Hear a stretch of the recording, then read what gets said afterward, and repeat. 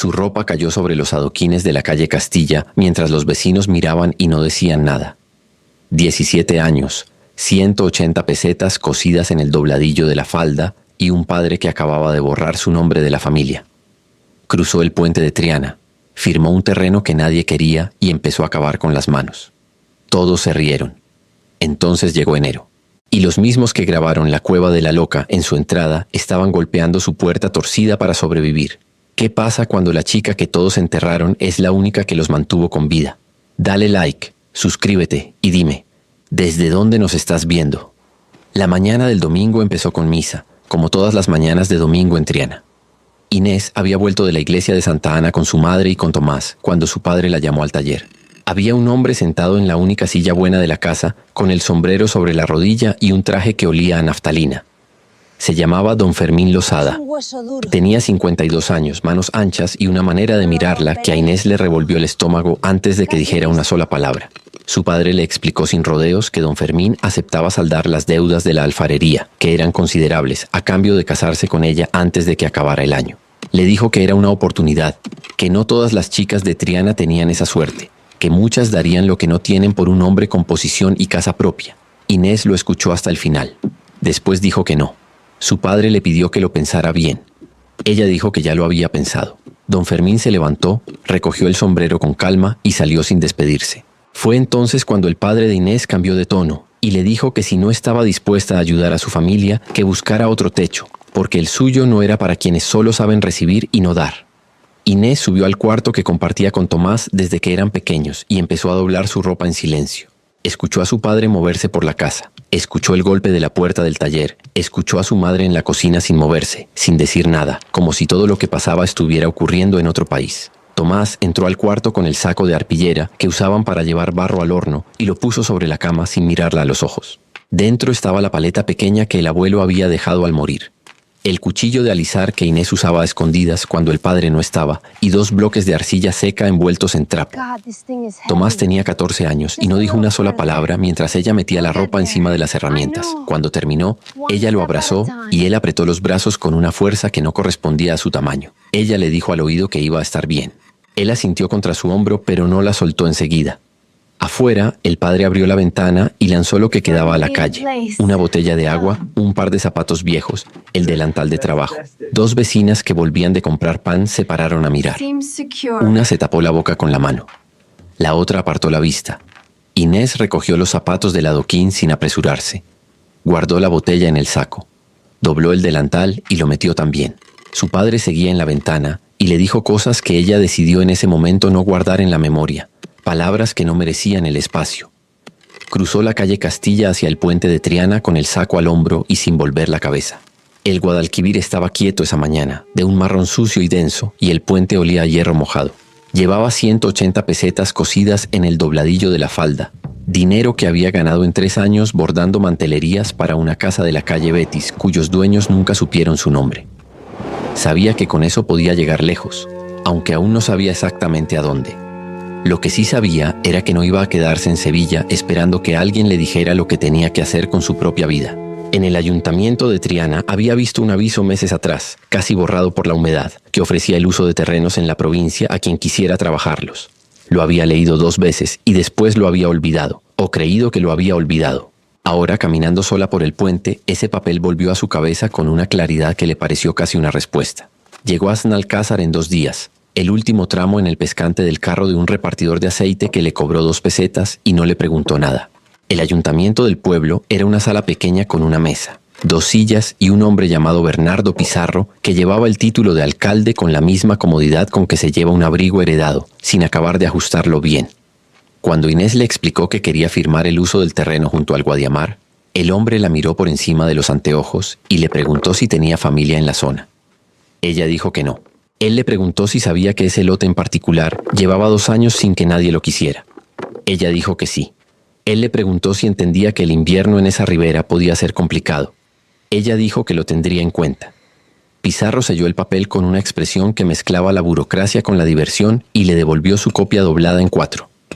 Cuando Inés salió, él le dijo a su secretario que en primavera iban a tener que archivar ese contrato como abandonado. El secretario estuvo de acuerdo. El lote era una colina baja de arcilla roja a la que los del pueblo llamaban el Cerro Inútil, y el nombre era honesto. No había árboles, no había sombra, no había ninguna estructura. Solo tierra y el río moviéndose lento debajo. Inés recorrió el perímetro, se agachó, tomó un puñado de tierra y lo apretó en la mano. Era arcilla buena, densa, del tipo que su padre usaba para los moldes de los azulejos grandes, la que aguantaba el peso sin rajarse. Pasó años mirando ese proceso sin que nadie le explicara nada, pero lo había guardado todo, cada gesto, cada proporción, cada detalle que su padre hacía sin pensar porque lo llevaba en las manos desde niño. Sabía que la tierra a 1,5 metros de profundidad mantenía una temperatura casi constante todo el año, que los hornos de Triana estaban construidos parcialmente bajo tierra por exactamente esa razón. Sacó el cuchillo del saco y marcó un rectángulo en el suelo. 3 metros de ancho, 5 de largo. Empezó a cavar esa misma tarde. Los primeros días, los hombres del pueblo la ignoraron. Después, cuando el agujero empezó a tener forma, comenzaron a detenerse. Aurelio Montesinos, que tenía el almacén donde Inés había comprado una cuerda y una azada pequeña con sus primeras pesetas, se acercó un jueves a mirar con los brazos cruzados. Le dijo que lo que estaba haciendo no era una casa, que una casa se construía con madera y con clavos y con alguien que supiera lo que hacía. Inés le preguntó si tenía madera para venderle. Él le dijo el precio.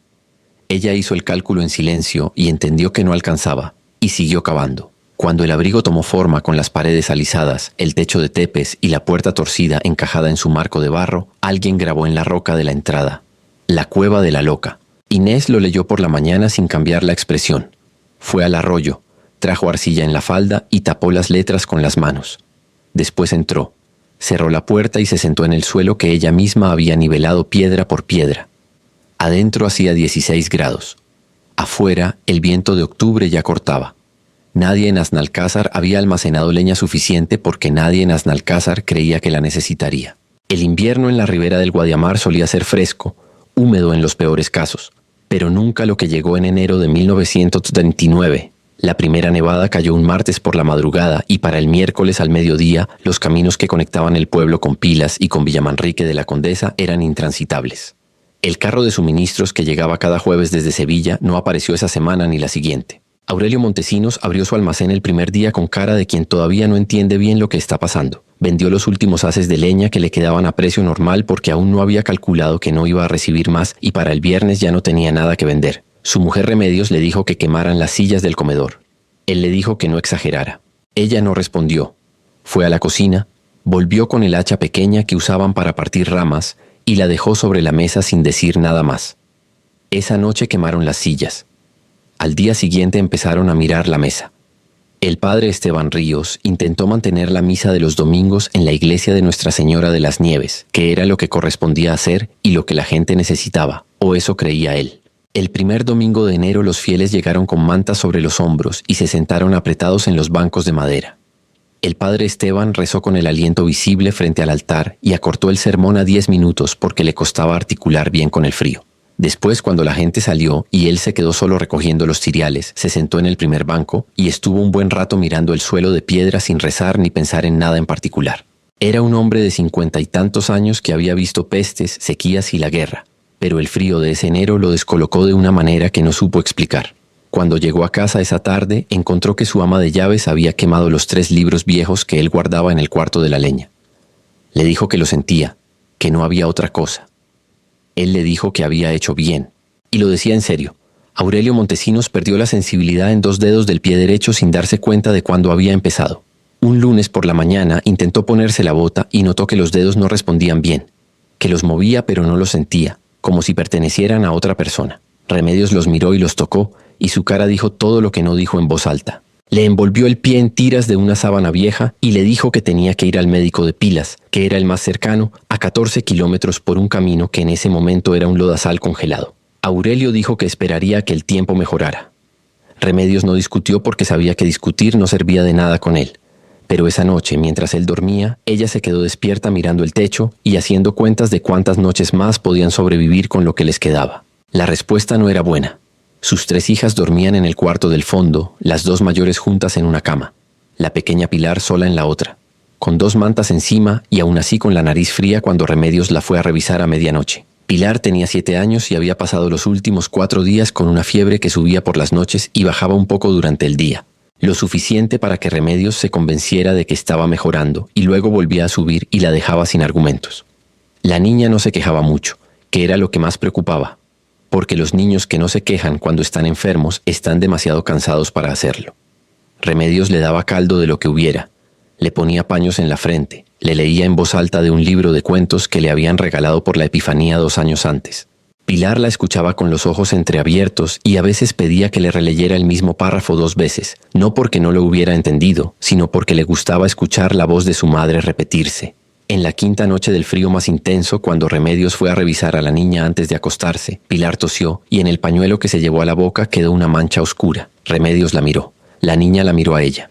Ninguna de las dos dijo nada durante un momento que duró demasiado. Remedios salió de la habitación, fue a donde estaba Aurelio y le dijo lo que había visto. Él se levantó con el pie vendado y fue a ver a la niña, y cuando volvió tenía una cara que Remedios no le había visto nunca, ni cuando murió su padre, ni cuando perdió la cosecha entera de aceitunas en el 31. Le dijo en voz baja que había que hacer algo. Ella le dijo que lo sabía. Los dos se quedaron callados porque las opciones eran pocas y todas malas. El médico estaba a 14 kilómetros. El camino era intransitable, y en el pueblo no había nadie con conocimiento suficiente para ayudar a una niña que tosía sangre. Fue entonces cuando Remedios pensó en el abrigo del cerro. No lo dijo en voz alta enseguida. Lo pensó durante unos minutos, sopesando el orgullo de su marido, sopesando las veces que él había reído desde la carreta, sopesando todas esas cosas contra la cara de Pilar en el pañuelo.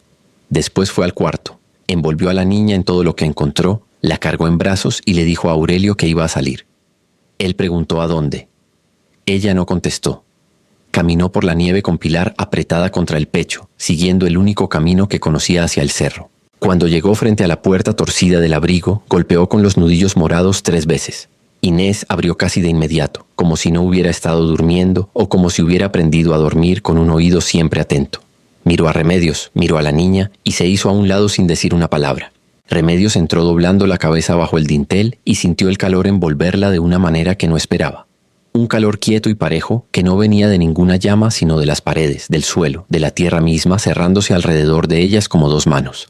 Pilar dejó de temblar en menos de 1 hora. En los días siguientes llegaron más familias, la del maestro Gerardo Villalba, la viuda Consuelo Ferrán con su suegra, 2 hermanos del molino, y para el final de esa semana, 11 personas dormían en la cueva de la Loca, calientes y en silencio, sostenidas por la misma tierra que todos habían despreciado. El deshielo llegó despacio y el pueblo tardó unos días en entender que el peor había pasado. Las 11 personas que habían dormido en el abrigo de Inés volvieron a sus casas de a poco, con mantas dobladas bajo el brazo y sin saber del todo cómo despedirse. La viuda Consuelo Ferrán le dejó en la entrada un tarro de miel que había guardado desde el verano. El maestro Gerardo Villalba le estrechó la mano con las 2 suyas y le dijo que si algún día quería aprender a leer mejor, que él estaba en la escuela de la calle Real todos los días excepto el domingo. Inés le dijo que ya sabía leer. Él se rió un poco avergonzado y dijo que lo suponía. Aurelio Montesinos fue el último en irse. Se quedó parado en la entrada con el sombrero en las manos y el pie todavía vendado, mirando el suelo de gravilla que Inés había nivelado piedra por piedra meses antes. Le dijo que quería pagarle algo por lo de Pilar, por las semanas, por todo. Inés le dijo que no era necesario. Él insistió, dijo que tenía que haber algo que pudiera hacer. Ella lo pensó un momento y le dijo que si algún día quería hacer algo útil, que plantara árboles en el cerro, álamos o sauces, lo que creciera rápido, porque algún día alguien más iba a necesitar madera y era mejor tenerla cerca. Aurelio asintió, se puso el sombrero y se fue sin dar la vuelta. Esa misma tarde, Inés vio desde el cerro que el camino a Pilas ya estaba transitable. Don Rodrigo Alcántara llegó a Aznalcázar una mañana de marzo en un Forte negro que dejó aparcado frente al ayuntamiento con las ruedas cubiertas de barro hasta los ejes. Era un hombre de unos 40 años, con traje de ciudad y una carpeta de cuero marrón bajo el brazo que llevaba el sello impreso de la comisión organizadora de la Exposición Iberoamericana de Sevilla. Venía buscando alfareros y ceramistas de la provincia que pudieran abastecer los pabellones del Parque de María Luisa, donde la feria abriría sus puertas en mayo. Había visitado 3 talleres en los pueblos vecinos y en los 3 había encontrado la misma historia. Hornos apagados por el invierno, dueños con contratos viejos que no habían podido cumplir y excusas razonables pero inútiles. En el ayuntamiento el alcalde Bernardo Pizarro le dio los nombres de 2 alfareros del pueblo y después, casi como quien menciona algo sin importancia, le dijo que había una chica en el cerro del Guadiamar que trabajaba barro. Don Rodrigo le preguntó si era buena. Pizarro hizo una pausa antes de responder y dijo que eso dependía de lo que uno entendiera por bueno. Don Rodrigo recogió la carpeta, le dio las gracias y preguntó cómo se llegaba al cerro. Inés estaba con las manos dentro de un cuenco de arcilla cuando escuchó el Ford detenerse en el camino de tierra. Había construido el horno improvisado con ladrillos rescatados de una pared caída que el invierno había terminado de derrumbar y llevaba 3 semanas produciendo piezas pequeñas para probar las temperaturas y los tiempos. Don Rodrigo se bajó del coche, miró el abrigo, miró el horno, miró las piezas alineadas en el suelo para secarse y no dijo nada durante un momento. Después se presentó, explicó lo que buscaba y le pidió que le mostrara lo que sabía hacer. Inés le mostró. Le explicó la mezcla de arcilla roja del cerro con arena del Guadiamar para evitar que las piezas se rajaran en la cocción. Le enseñó el método de alisado que había aprendido mirando a su padre sin que él lo supiera, y le mostró 3 azulejos que ya estaban cosidos con un esmaltado irregular que solo dan las manos que aprenden solas, sin moldes, a fuerza de error y corrección.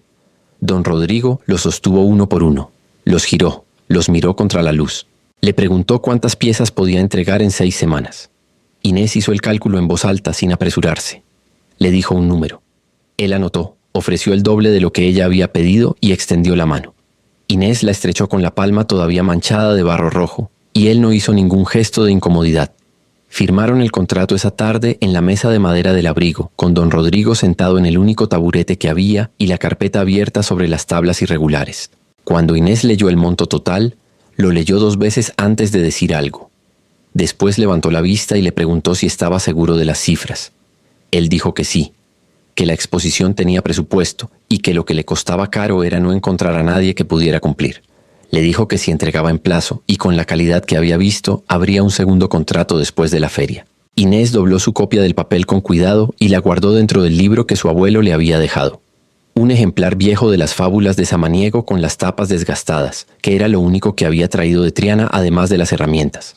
Don Rodrigo recogió su carpeta, miró el abrigo una vez más antes de salir y le dijo que era una construcción interesante. Inés le dijo que era suficiente. Él asintió como si eso fuera exactamente la respuesta correcta. Dobló la cabeza bajo el dintel y salió. El monto del contrato superaba con creces la deuda entera de la alfarería Castaño. Las familias del pueblo se enteraron del contrato antes de que acabara la semana, como se enteran siempre las cosas en los pueblos pequeños, sin que nadie lo cuente del todo, pero sin que nadie lo ignore tampoco. Fue la mujer del maestro Villalba quien tuvo la idea de la placa. Lo propuso en la puerta de la iglesia un domingo después de misa y nadie dijo que no. Consiguieron una punta de hierro y un martillo y entre varios hombres, incluido Aurelio Montesinos con el pie todavía vendado, trabajaron la roca de la entrada durante una tarde entera. Taparon con argila fresca lo que quedaba de las letras burlonas de antes y encima tallaron 3 palabras limpias. Casa de Inés. No era un monumento ni pretendía serlo. Era simplemente lo que el lugar se había ganado. Inés lo vio cuando volvió del arroyo con una carga de arcilla y se quedó parada frente a la piedra sin decir nada durante un rato. Remedios Montesinos estaba cerca y la observaba sin intervenir. Cuando Inés se dio la vuelta tenía una expresión que Remedios no supo definir bien. No era alegría exactamente. Era algo más parecido a reconocerse en un espejo después de mucho tiempo sin mirarse. El padre de Inés apareció en abril. Venía a pie desde la parada del carro en el pueblo, con el traje de los domingos y el sombrero en la mano. Inés lo vio venir desde lejos porque la colina daba vista larga al camino y siguió trabajando hasta que él estuvo cerca. Él se detuvo frente a la entrada y vio la placa. La leyó y leyó también lo que ya no estaba debajo, aunque no podía verlo. Carraspeó, dijo que Tomás lo había convencido de venir, que la situación en la alfarería era difícil, que había cosas que hablar. Inés lo dejó terminar. Después le dijo que podía entrar si quería, pero que la puerta era baja y tendría que agacharse para pasar, que así la había construido. Su padre la miró a ella, miró la puerta, volvió a mirarla a ella. Era un hombre que en 50 años no había doblado la cabeza ante nadie, y los dos lo sabían. Se quedó callado durante un momento que duró más de lo que debería. Después se quitó el sombrero para que le cupiera la cabeza, dobló la espalda y entró. ¿Qué te pareció la valentía de Inés al construir con sus propias manos lo que su familia le negó? Déjanos tu opinión en los comentarios. En una escala del 0 al 10, ¿qué nota le darías a esta historia? No olvides suscribirte al canal y activar las notificaciones para recibir más historias como la de Inés, historias de personas comunes que hicieron cosas extraordinarias cuando nadie apostaba por ellas.